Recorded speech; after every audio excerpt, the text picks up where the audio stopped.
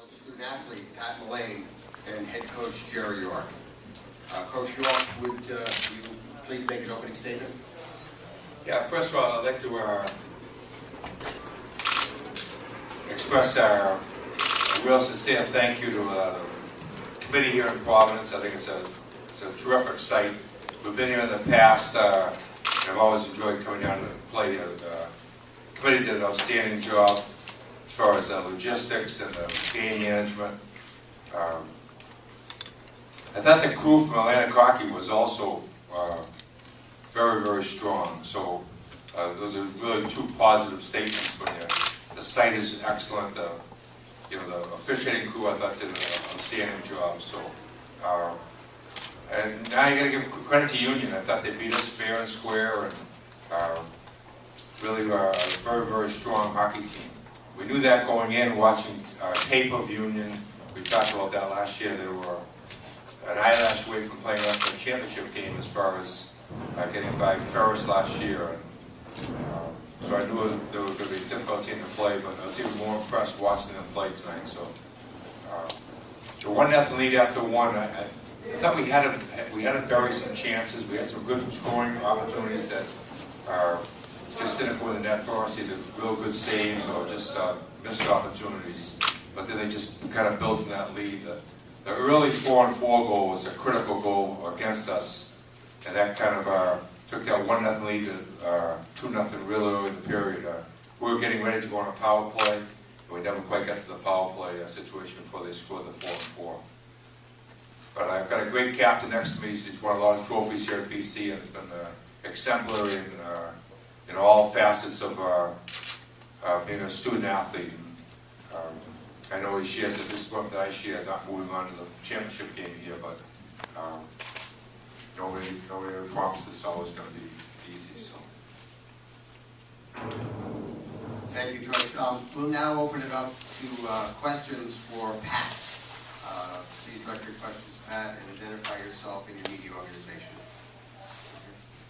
John Maloney, College Hockey News. Pat, despite the loss tonight, despite the disappointment, you guys are going to go down as one of the most successful classes, not just in BC history, but in all college hockey history. Just talk about the group that you guys have, kind of what you're feeling right now, and trying to look back on the last 4 years. Yeah, I think I've been extremely fortunate with the group that I came in with. Excuse me. And obviously, there's 7 here now, but you can't forget Chris Kreider and Brian DeMullen and Bill Samuelson. They're just as much a part of our success as the guys that are here. So, I feel very fortunate, and I think I can speak on behalf of them that we feel like the luckiest kids in the world to be able to to wear the maroon and gold for 4 years and represent Boston College and play under Coach York. And, obviously, I think the loss hurts, and not being able to win another national championship hurts. And the ultimate goal at the beginning of the year was to win a national championship and be the first class in history to win 3.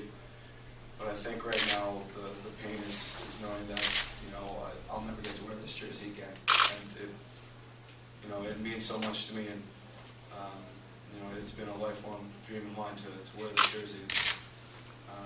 To have to take that off, that's the hard part. More questions for Pat? Yes, Mary Boston Globe. Pat, is it possible to put into words what it's like to, because last year and a couple of years ago you played and win your last game of the year, and now to know that not only do you not have next year, but you've played your last game, and could you reflect on that a little bit? Yeah, I think it's opposite ends of the spectrum. The high you feel after you win a national championship and come off the ice and spend the following month and a half with your team, knowing you're the best team in the nation, and knowing your season is the best feeling, is the feeling that I wanted to pass on to my freshmen, because I've been fortunate enough to experience that twice, and it's so special and something that I hope everyone who wears a Boston College sweater gets to experience at one point in their career. I think, like I said, it's the opposite end of the spectrum, and knowing that I won't have a national championship, or I don't get the chance to come back to do it again is, it's really hard for me. I've been a bad loser since I was a little kid, and I'm going to continue to be a bad loser. And, it's not fun losing, and I don't enjoy it. So, just opposite ends of the spectrum. Okay, President Krug here for Pat. Pat Kenshaw from Schenectady, because what impressed you about Union tonight was the forecheck and just their power play. It seemed like they had an answer for everything you guys were doing. I think Union's a great team. I think they have a great chance of moving on and winning the national championship. The defensemen are extremely mobile. They have 2 or 3 guys back there that are extremely shifty, and if you give them a couple steps, they can take it off the ice and really beat you. And then they have 3 lines that can hurt you offensively, and a 4th line that grinds you down. So I think they're a deep team. They have a lot of skilled guys, so I wish them the best.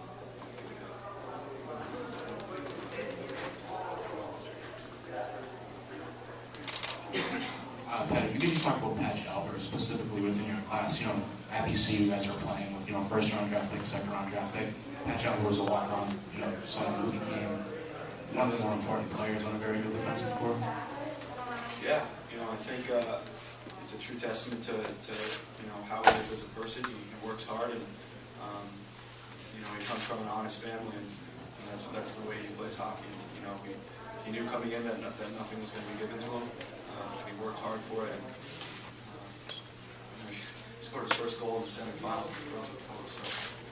So the kid's a good hockey player. You look at him, he's scrawny and he's small, but he's a good hockey player. And what he brings to this team is, you can't put him lose. He's a leader. We brought guys like Mikey Matheson and Teddy Doherty along. He's a defenseman that's going to be missed. Okay, this will be the last question for Pat. Andy Merritt from the New England Hockey Journal.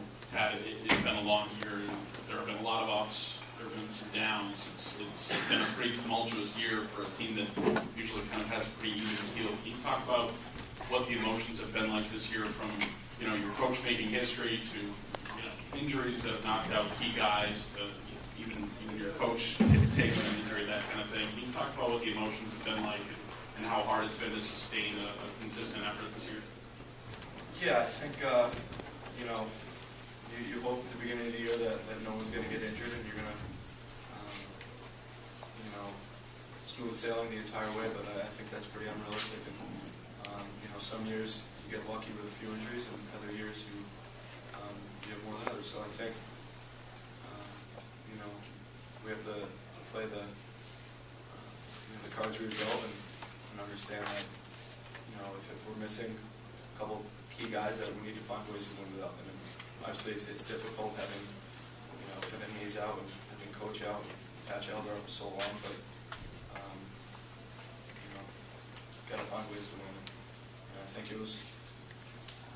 I think our senior class did a great job of keeping guys even keeled throughout the whole process, and through those bumps in the road, making sure that guys were still pushing in the right direction, and all trying to accomplish the same goal. I think as soon as players start to fade away and go the opposite direction, that's when you have some trouble. And I think our senior class did a good job of keeping everyone headed in the right direction. And before I finish, I didn't know where I was going to be after last weekend's game. I didn't know where we were going to end up, but I just want to thank the city of Providence, and also want to thank the media again. What you guys do, it's great for college hockey and this league, and I think you guys promote this, our sport, and bring a lot of attention to it. So I've seen it grow over the last 4 years, and with what you guys are doing, it's going to continue to grow. So I'm truly blessed to have been a Boston College student athlete, and once an Eagle, always an Eagle. So thank you very much. Thanks so much, Pat. We're gonna let you head back to the locker room, and we'll have some questions for Coach York. It's getting pretty late here, so. We'll have Coach York answer a question or two, and so we'll go up. So let's start right here in front. Coach Ken Shaw from the Schenectady Gazette. What impressed you the most about Union in this game? I thought like Pat alluded to, the mobile defensemen, I thought they were really opened up some avenues, both offensively and also defensively by closing gaps. Excellent defense. Right here in front. Jerry, it's rare that we ever see one of your teams stifled on the power play like the way you were tonight. How difficult did it make it to come back, and how surprised were you that you guys weren't able to generate a little momentum out of that? I thought we moved pucks well, had some really good opportunities, and didn't get any red lights for it. But overall, I was pleased with the puck movement, and you can't place the puck in the net. You know, you gotta, it's got to be a result of a lot of good passing plays, and we had that. We just couldn't get the red light on it. So I thought we did a nice job in the power play. I'm not displeased with it.